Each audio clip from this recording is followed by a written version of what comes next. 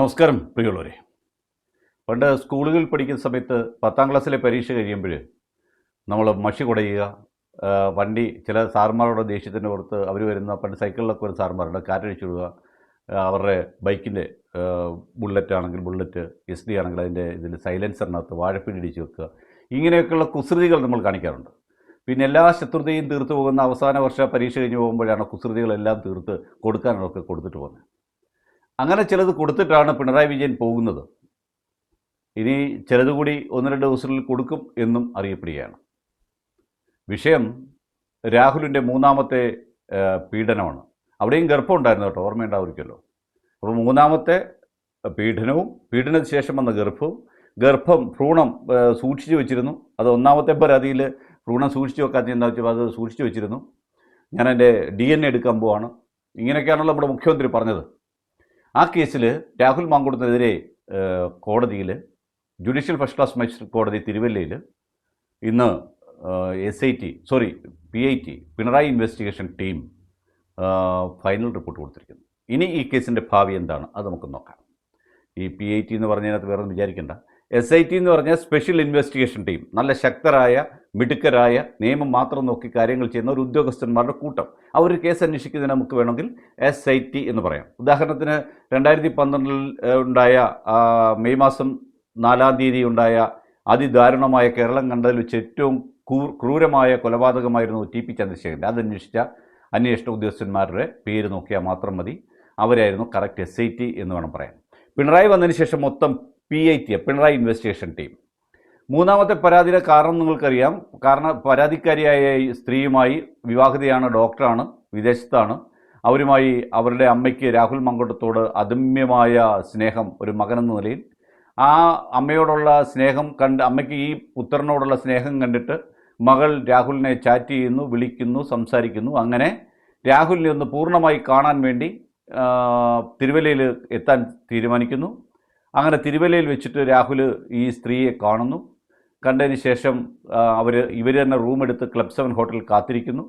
1 മണിക്കോടുകൂടി രാഹുൽ വരുന്നു. നല്ല ഉച്ച സമയമാണ്. രാഹുൽ വരുന്നു. ഒരു 15 മിനിറ്റ് കഴിഞ്ഞപ്പോഴത്തേക്കും ഇവർ വന്ന് 15 മിനിറ്റ് റൂമിൽ കാത്തിരുന്നപ്പോഴത്തേക്കും ഡോറിൽ മുട്ടി രാഹുൽ. ഡോറ് തുറന്നപ്പോഴേ രാഹുൽ കയറി ഇവരെ പിടിച്ചു. പരാതിയിൽ പറഞ്ഞ കാര്യമാണ്, നിങ്ങൾ കേട്ടതാണ്. ആദ്യത്തെ ഒരു പ്രാവശ്യം ഗർഭനിരോധനം ഉറ ഉപയോഗിച്ച് ബന്ധപ്പെട്ടു. 2ാമത് ഗർഭനിരോധന ഉറ കയ്യിലില്ലായിരുന്നു, ഒരെണ്ണേ ഉള്ളായിരുന്നു. അത് കഴിഞ്ഞപ്പോൾ 2ാമത് അതില്ലാതെ ഉപയോഗിച്ചു. പിന്നെ ഓറൽ സെക്സ് ചെയ്യിച്ചു. പിന്നെ പുറത്തൊക്കെ അടിച്ചു, മുഖത്തടിച്ചു. സ്നേഹപൂർവ്വമാണോ അല്ലയോ എന്ന് നമുക്കറിയില്ലായിരുന്നു. ആ സ്ത്രീക്ക് അറിയില്ലായിരുന്നു. എന്നാലും പിന്നീടാണ് മനസ്സിലായത് ക്രൂരമായ വൈൽഡ് സെക്സ് ആണ് ഇയാൾ ചെയ്തതെന്ന് മനസ്സിലായത്. ഇതെല്ലാം കഴിഞ്ഞ് വീട്ടിൽ പോയി. ഒരു 6 ദിവസം കഴിഞ്ഞപ്പോൾ ഒരു 10,000 രൂപ ഈ നമ്മൾ സാധാരണഗതിയിൽ സുഹൃത്തുക്കൾക്കും ബന്ധുക്കൾക്കും നമ്മളുടെയൊക്കെ മുതിർന്നവർക്കും താഴ്ന്നവർക്കൊക്കെ വിഷു കൈനീട്ടം കൊടുക്കുമല്ലോ. അങ്ങനെ 14/4/2024 ഒരു 10,000 രൂപ GPay കൊടുക്കുന്നു. പിന്നെ രാഹുലിൻ്റെ സൗന്ദര്യം നിലനിർത്തേണ്ടത് അവരുടെ ആവശ്യമായതുകൊണ്ട് നമ്മുടെ ആടിൻ്റെ പാൽ ഉപയോഗിച്ച സോപ്പ് വാങ്ങാൻ പറയുന്നു, അത് അയച്ചു കൊടുക്കുന്നു. പിന്നെ നിനക്ക് തരുന്ന ചില ചെരുപ്പുകളുണ്ട്, ഇൻ്റർനാഷണൽ മാർക്ക്, ഇതാണെന്ന് പറയുന്നു, അത് വാങ്ങണമെന്ന് പറയുന്നു. അവനത് വാങ്ങുന്നു. അതിന് പൈസ അവൾ കൊടുത്തായിട്ട് പറയുന്നില്ല. എന്തായാലും ഈ കൊടുത്തതെല്ലാം തന്നെ പിന്നീട് സ്ക്രീൻഷോട്ടായിട്ട് നമ്മുടെ ഒരു പ്രിയപ്പെട്ട പത്രപ്രവർത്തക പുറത്തു വിടുന്നു. അങ്ങനെ ഇതെല്ലാം ആകെ കലുഷിതമായിരിക്കും. ഭർത്താവുള്ള സ്ത്രീയായിരുന്നു എന്നുള്ളതും പുറത്തു വരുന്ന വാർത്ത. 1-2 പരാതികൾ വന്നതിന് ശേഷം 3ാമത്തെ ഇങ്ങനൊരു രാഹുലിനുമായി ഇങ്ങനൊരു ബന്ധമുണ്ട് എന്ന് രാഹുലിൻ്റെ ഫോൺ നേരത്തെ തന്നെ സൈബർ സെല്ല് പരിശോധിക്കുകയും അതിൽ നിന്ന് കണ്ടെത്തുകയും അവരിലേക്ക് എത്തുകയും അവരിൽ നിന്ന് ഇമെയിൽ വഴി ഒരു പരാതി സ്വീകരിക്കുകയും ചെയ്യുകയും അവർ നാട്ടിൽ വന്ന് മൊഴി കൊടുക്കാതിരിക്കുകയും നാട്ടിൽ വന്ന് മൊഴി കൊടുക്കാൻ വന്ന രാഹുലിൻ്റെ ഭാഗത്തുനിന്ന് വലിയ ആക്രമണം ഉണ്ടാകുന്നു, ജീവൻ അപകടത്തിലാണെന്ന് പറയുകയും അതിനുശേഷം ഇന്ത്യൻ എംബസി വഴി തിരുവല്ല മജിസ്ട്രേറ്റ് ഇവരുടെ മൊഴി രേഖപ്പെടുത്തുകയൊക്കെ ചെയ്തു. അപ്പോഴാണ് വേറൊരു ഉണ്ടാവേണ്ടി വരുന്നത്. മെഡിക്കൽ നടത്തിയിട്ടില്ല, ബലാത്സംഗമാണെങ്കിൽ മെഡിക്കൽ നടക്കണം. അപ്പം 24 മണിക്കൂറിൽ ചെയ്യണമെന്നാണ് നിയമം. എന്തായാലും ഭ്രൂണം സൂക്ഷിച്ച് വെച്ചിട്ടുണ്ടല്ലോ. അപ്പോഴാണ് ഈ ഭ്രൂണത്തിൻ്റെ കഥ ഇതിനകത്ത് എഴുതിയിട്ട് കുറച്ച് ദിവസം കഴിയുമ്പോൾ ആൾക്കാർക്ക് പറഞ്ഞത് ഈ ഭ്രൂണം സൂക്ഷിച്ച് വെക്കണമെങ്കിൽ പോലീസിൻ്റെ അനുമതി വേണം, അതേത് സാഹചര്യം സൂക്ഷിച്ചു, എന്തിന് സൂക്ഷിച്ചു എന്നൊക്കെ പറഞ്ഞു. അപ്പോൾ അന്നേ പരാതി ഉണ്ടായിരിക്കണമായിരുന്നു. അപ്പോൾ എന്തായാലും അത് ചീറ്റിപ്പോയി. പിന്നുള്ളത് അതിര് കടന്ന ലൈംഗിക വൈകൃതവും അതിലെല്ലാം ഉപരി വൈൽഡ് സെക്സ് നിർബന്ധിക്കുകയും ക്രൂരമായ റേപ്പും നടന്നു എന്നുള്ളതാണ് പരാതിക്കാരിയുടെ പരാതി. ഈ പരാതി പൊളിച്ചടുക്കിക്കൊണ്ട് പത്തനംതിട്ട ജില്ലാ സെഷൻസ് ജഡ്ജ് വിധി പറഞ്ഞിരുന്നു. അദ്ദേഹം ഹൈക്കോടതി ജഡ്ജായിട്ട് പ്രൊമോട്ട് ചെയ്യപ്പെട്ടിരിക്കുകയാണ് ഇപ്പോൾ. അങ്ങനെ ആ കേസിൽ നഖശിഖാന്തം അതിനെ പരാതിക്കാരിയെ എതിർക്കുന്ന രീതിയിൽ എന്ന് പറയുന്നത്, പരാതിയെ ഒടിച്ചു മടക്കി കുപ്പിയിലാക്കുന്ന രീതിയിലുള്ള ജഡ്ജ്മെൻറ്റ് പുറത്തു വന്നു. അപ്പോഴേക്കും PITക്ക് കാര്യങ്ങൾ മനസ്സിലാകുന്നു. അവർ പരാതിക്കാരെ നാട്ടിൽ വരുത്തുന്നു, അവരുടെ മൊഴിയെടുക്കുന്നു, 164 മൊഴിയെടുത്തു, മെഡിക്കൽ എടുത്തു. ചടപടയെന്ന് പിണറായി പോകുന്നതിന് മുമ്പ് ഇന്ന് രാവിലെ Thiruvalla judicial first class magistrate കോടതിയിൽ ഫൈനൽ റിപ്പോർട്ട് കൊടുത്തിരിക്കുന്നു. ഇവിടെ നിങ്ങൾക്ക് ഇഷ്ടപ്പെടുന്ന എനിക്കറിയില്ല. രാഹുൽ അതിബുദ്ധിമാനായിരിക്കാം, അയാളുടെ വക്കീലന്മാർ അതിലും ബുദ്ധിമാന്മാരായിരിക്കാം. പക്ഷേ നമ്മൾ ചെയ്യേണ്ട കാര്യങ്ങൾ ചെയ്യേണ്ട സമയത്ത് ചെയ്യാതെ വരുമ്പോൾ ഉണ്ടാകുന്ന ഒരു ബുദ്ധിമുട്ടുണ്ടല്ലോ, അതാണ് രാഹുൽ ഇപ്പോൾ ഇന്ന് ഇങ്ങനൊരു വാർത്ത വരാനുള്ള കാരണം. ഒരു ഭാഗത്ത് അയാളുടെ മുന്നണി അധികാരത്തിലെത്തുന്ന സമയത്ത് അതിന് മുഖ്യമന്ത്രി ചർച്ച നടക്കുന്ന വേളയിൽ ഇങ്ങനെയൊരു വാർത്ത കേരളത്തിലെ മാധ്യമങ്ങൾ ബ്രേക്ക് ചെയ്യുമ്പോൾ, ഞാനും ഇങ്ങനൊരു വീഡിയോ ചെയ്യുമ്പോൾ നിങ്ങൾ ഓർക്കേണ്ടത് അയാളുടെ ബുദ്ധിമോശം ഇവിടെ ഉണ്ടായിരുന്നു എന്നുള്ളതാണ്.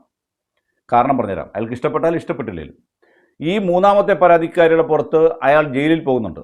ജയിലിൽ പോയി, അതായത് ഞാൻ മനസ്സിലാക്കുന്നത് ജനുവരി മാസം 2026 ജനുവരി മാസം 11 തൊട്ട് 18 വരെയോ അങ്ങോട്ടാണ്, അത് 16 തൊട്ട് 28, അങ്ങനെ ഒരു 18 ദിവസത്തോളം അയാൾ ജയിലിൽ കിടക്കുന്നുണ്ട്. നിങ്ങൾക്കറിയാമായിരിക്കാം. ആ പീരീഡ് കഴിഞ്ഞ് പുറത്തിറങ്ങുമ്പോൾ ജാമ്യത്തിൽ നിൽക്കുന്ന സമയത്ത് അയാൾക്ക് ഈ FIR കോഷ് ചെയ്യാൻ പറ്റുമായിരുന്നു സുന്ദരമായി ഹൈക്കോടതിയിൽ നിന്ന്. അതല്ലെങ്കിൽ ഈ ജഡ്ജ്മെൻറ്റ് പറഞ്ഞ് ജഡ്ജിയുടെ മുമ്പിൽ തന്നെ അയാൾക്ക് ഈ FIR കോഷ് ചെയ്യാൻ വേണ്ടി പരാതി കൊടുക്കാമായിരുന്നു. അയാൾ അത് ചെയ്തില്ല. അത് ചെയ്തിരുന്നുവെങ്കിൽ ഈ സ്ത്രീയെ രണ്ടാമത് ഇന്ത്യയിൽ കൊണ്ടുവരികയോ ഇവരുടെ വീണ്ടും ഒരു മൊഴിയെടുക്കാനോ ഇവരുടെ മെഡിക്കൽ നടത്താനുള്ള സാധ്യത ഇല്ലായിരുന്നു എന്നുള്ളതാണ് സത്യം.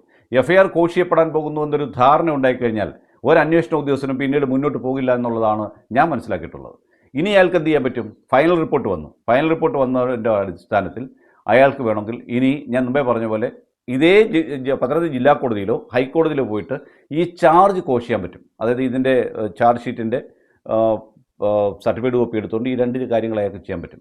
അതല്ലെങ്കിൽ അയാൾക്ക് ചെയ്യാൻ പറ്റുന്നത് ഈ കേസ് ഇയാൾക്ക് സമൻസ് കോടതി മുമ്പാകെ ഡിസ്ചാർജ്, അതേ കോടതിയിൽ ഡിസ്ചാർജ് ഫയൽ ചെയ്യാൻ പറ്റും. അതിനുള്ള ഗ്രൗണ്ടൊക്കെ ഉള്ളൊരു കേസാണ്. 100% തെറ്റിത്തിരിഞ്ഞു പോകുന്നൊരു കേസാണ് ഈ കേസ്. 100% ഒരു തർക്കമില്ല എന്നുള്ളതാണ് അതിൻ്റെ എന്താ പറയുക, അയാൾക്ക് ജാമ്യം കൊടുത്തുള്ള ജഡ്ജ്മെൻറ്റ് വായിച്ചിട്ടുള്ള മുഴുവൻ ആൾക്കാരും നമ്മുടെ അഡ്വക്കേറ്റ്സും പറഞ്ഞു ഒരു കഴമ്പുമില്ലാത്തൊരു കേസാണ്. ആ കേസ് ഈസിയായിട്ട് ഊരിപ്പോകാവുന്ന ഒരു കേസ് കൈവച്ച് പോക്കറ്റ് വെച്ചുകൊണ്ട് നടന്നതിൻ്റെ കുറ്റം ഭാവിയിൽ അയാൾക്ക് മനസ്സിലാക്കുമെന്നാണ് ഞാൻ മനസ്സിലാക്കുന്നത്. അയാൾ കേസിൽ നിന്ന് ഊരിപ്പോകാം.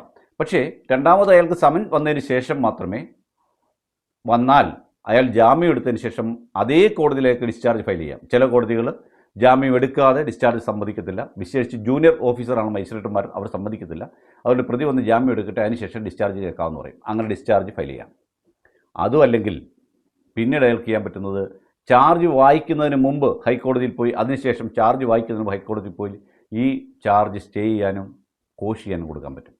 അവസരങ്ങൾ മുമ്പിൽ കിടക്കുമ്പോൾ അത് ചെയ്യാതിരുന്നിട്ട് വാർത്തയാക്കി ജനത്തിന് മുമ്പിൽ അപഹാസ്യനാകാതിരിക്കുകയാണ് ഒരു നല്ല രാഷ്ട്രീയക്കാരൻ്റെയും പൊതുപ്രവർത്തന ലക്ഷ്യം. കേസുകൾ വന്നാൽ അതിനകത്ത് ജാമ്യം എടുക്കേണ്ടി വരും, അല്ലെങ്കിൽ ജാമ്യം എടുക്കേണ്ടാത്ത പോലീസ് സ്റ്റേഷൻ ജാമ്യം കിട്ടുന്ന കേസാണ് ബെയിലബിൾ ആണെങ്കിൽ അവിടെ നിന്ന് കിട്ടും, അല്ലെങ്കിൽ കോടതി ജാമ്യം എടുക്കേണ്ടി വരും. അത് കഴിഞ്ഞ് നമ്മൾ കോടതികളിൽ നമ്മുടെ നിരപരാധി തെളിയിക്കേണ്ടി വരും. ഇതൊക്കെ നീണ്ട പ്രോസസ്സാണ്. ഒരിക്കലും ഈ കേസ് ഒരു 3-4 വർഷത്തിൽ വിളിക്കുന്നൊന്നും എനിക്ക് ഉറപ്പൊന്നുമില്ല. അപ്പോൾ അതുകൊണ്ട് ചെയ്യേണ്ട കാര്യങ്ങൾ അയാൾ ചെയ്തില്ല എന്നുള്ളതാണ് ഞാൻ മനസ്സിലാക്കുന്നത്. ഞാൻ അയാളുടെ തന്നെ ഒരിക്കൽ ഏറ്റവും അവസാനം അയാളെ വിളിച്ച സമയത്ത്, അയാൾ വിളിച്ചപ്പോൾ ഫോൺ എടുത്ത സമയത്ത് അയാളെ ചോദിച്ചിരുന്നു. അപ്പോൾ പറഞ്ഞു ഞാനിത് കോഷ് ചെയ്യാൻ പോകുന്നു എന്നൊക്കെ പറഞ്ഞു. പിന്നീട് ഒരു നടപടിയും കണ്ടില്ല. ചെയ്യേണ്ടതായിരുന്നു എന്നുള്ളതാണ്. ഇനി ഹൈക്കോടതി അവധിയാണെങ്കിൽ അയാൾക്ക് ജില്ലാ കോടതി ഉണ്ടായിരുന്നു, ജില്ലാ കോടതി ചെയ്യാനുള്ള അവസരമുണ്ടായിരുന്നു. അങ്ങനെ ആയിരുന്നുവെങ്കിൽ ഈ ചാർജും വരില്ലായിരുന്നു, ഈ പറഞ്ഞ പരാതിക്കാരിയെ ഇവിടേക്ക് കൊണ്ടുവന്ന് ബാക്കിയുള്ള കാര്യങ്ങൾ ചെയ്യാനും പറ്റില്ലായിരുന്നു എന്നുള്ളതാണ് സത്യം. എന്തായാലും കുരുക്ക് മുറുകുക എന്നുള്ള ഒറ്റ ഉദ്ദേശത്തിൻ്റെ പുറത്തും ഒന്നുകൂടെ അവനെ നാണം കെടുത്തുക എന്നുള്ള മറ്റൊരു ഉദ്ദേശത്തിന് പുറത്തും, നാണക്കേണ്ട മണ്ടേ മറ്റൊരു നാണക്കേടെന്ന് ചോദിച്ചാൽ ഒരു ചർച്ച കൂടി സമൂഹത്തിന് മുമ്പിൽ എടുക്കാനും CPMൻ്റെ ഭരണപരാജയം ചർച്ച ചെയ്യപ്പെടാതിരിക്കാനും ഇതൊരുപക്ഷെ കാരണമാകാം. വീണ്ടും വരുന്ന അടുത്ത പരാതികളിലും ഉടൻ തന്നെ ഇവർ ചാർജ് ഷീറ്റ് കൊടുത്താലും മടിക്കേണ്ട, അടുത്ത ഗവൺമെൻറ് വരുന്നതിന് മുമ്പ്. ചാർജ് ഷീറ്റ് ഇപ്പോൾ കൊടുത്തത് എന്താണെന്ന് ചോദിച്ചു കഴിഞ്ഞാൽ അടുത്തൊരു ഗവൺമെൻറ് വരുന്നത് UDFൻ്റെ ഗവൺമെൻറ് ആയതിനാൽ ആ ഗവൺമെൻറ്റിൻ്റെ ചാർജിനകത്ത് എന്തെങ്കിലും കാര്യങ്ങൾ കൈകടത്താൻ അല്ലെങ്കിൽ അതിനകത്ത് കൈകടത്താതിരിക്കാൻ വേണ്ടിയാണ് ഇപ്പോൾ ചാർജ് കൊടുത്തത്. മറ്റൊരു കാര്യം കൂടിയുണ്ട്. ഈ അന്വേഷണ ഉദ്യോഗസ്ഥന് പോലും തൃപ്തിയില്ലാത്തൊരു അന്വേഷണ റിപ്പോർട്ടാണ് കൊടുത്തിരിക്കുന്നത്. കാരണം ഞാൻ പറഞ്ഞുതരാം. ഈ അന്വേഷണ ഉദ്യോഗസ്ഥന് പോലും തൃപ്തിയില്ല എന്ന് പറയും. പരാതിക്കാരുടെ മൊഴിയുടെ അടിസ്ഥാനത്തിൽ ഫൈനൽ റിപ്പോർട്ട് ഹാജരാക്കുന്നതെന്നാണ് പറഞ്ഞത്, തെളിവിൻ്റെ അടിസ്ഥാനത്തിലല്ല. അത് നിങ്ങൾ മനസ്സിലാക്കും. പിന്നെ മാത്രമല്ല വേറെ കഥയുണ്ട്. പണ്ട് ഒരു അമേരിക്കൻ പ്രസിഡന്റ് ഒരു സ്പേം വീണ ഒരു സാധനം സൂക്ഷിച്ചു വെച്ചല്ലോ, ഒരു സ്ത്രീ, ഓർമ്മയുണ്ടല്ലോ, പേരൊന്നും പറയുന്നില്ല. അതുപോലെ അന്നത്തെ തുണി ഫോറൻസിക്കിന് അയച്ചിട്ടുണ്ടോ? 2024 തുണി അവരുപയോഗിച്ചിരുന്ന വസ്ത്രം അയച്ചിട്ടുണ്ടോ അതിൻ്റെ ഫോറൻസിക് റിപ്പോർട്ടിന് വേണ്ടി? എന്താ കഥ? അപ്പോൾ ഇവർ മനഃപൂർവ്വം കരുതിക്കൂട്ടി വന്നായിരുന്നു ഇതിനു വേണ്ടി. അടിമുടി പൊളിഞ്ഞ പാളിച്ച് നിൽക്കുന്ന ഒരു കേസിലാണ് രാഹുൽ ഇത്തരം ഉദാസീനത കാണിച്ചതെന്ന് ഞാൻ പറയും. ഒരുപക്ഷെ നിങ്ങൾക്ക് എന്നെ വിമർശിക്കാം. അല്ലെങ്കിൽ എന്തും ചെയ്യാം. എന്തും ചെയ്യാന്ന് പറഞ്ഞാൽ വിമർശിക്കാം. എൻ്റെ ചാനലിൻ്റെ അടിയിൽ വന്ന് കമൻ്റ് ഇടാവുന്നതിന് അപ്പുറം ഞാനീ പറഞ്ഞതൊക്കെ കറക്റ്റാണ്, അല്ലെങ്കിൽ നല്ല നിയമപരിജ്ഞാനം ഒരാളോട് ചോദിച്ചു നോക്കുക, അല്ലെങ്കിൽ ഈ വീഡിയോ കേൾപ്പിച്ച് നോക്കുക. അപ്പോൾ അവർ പറയും സത്യം എന്താണെന്നുള്ളത്. നന്ദി, നമസ്കാരം.